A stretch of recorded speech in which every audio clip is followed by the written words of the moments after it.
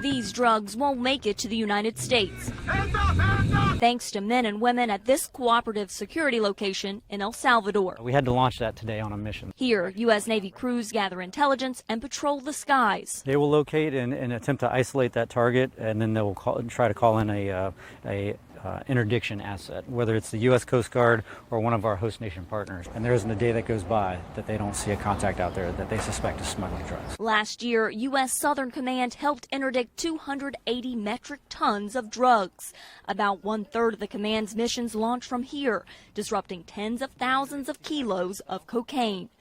This victory board helps visualize their success. Here's this one, 1.1 billion. Pretty valuable board, huh? Monetarily wise, billions is what we talk about, but the lives that we impact, it's tremendous, it's invaluable. It's more efficient to transit at sea, even with bigger packets. Admiral Craig Fowler oversees all the missions across U.S. Southern Command. Is 2019 shaping up to be a record year? We had an excellent year in fiscal year 19, but it's never enough. U.S. security assistance to Latin America has a checkered past.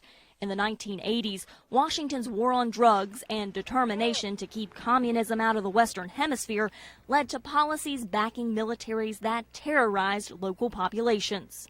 The unfortunate part was that they committed a lot of human rights violations and killed a lot of innocent people. And so I think that left a real scar.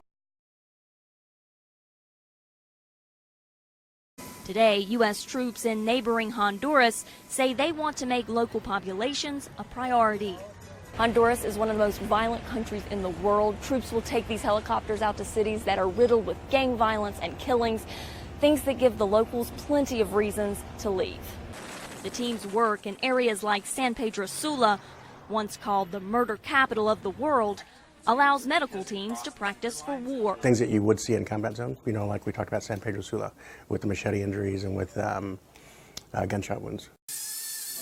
They also provide basic care, including dentistry. They pull 3 teeth out of a woman who has had no dental care in 10 years.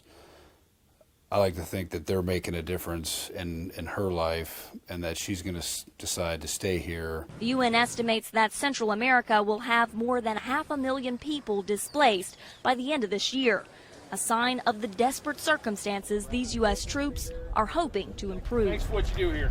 Carla Babb, VOA News, Soto Cano Air Base, Honduras.